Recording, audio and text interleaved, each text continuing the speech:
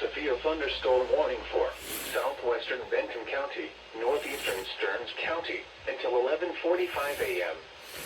At 11:01 a.m., a severe thunderstorm was located near Avon, or 17 miles northwest of St. Cloud, moving east at 30 miles per hour. Expected hazards include quarter-size hail. This is a radar-indicated threat. The following impacts are expected. Damage to vehicles is expected.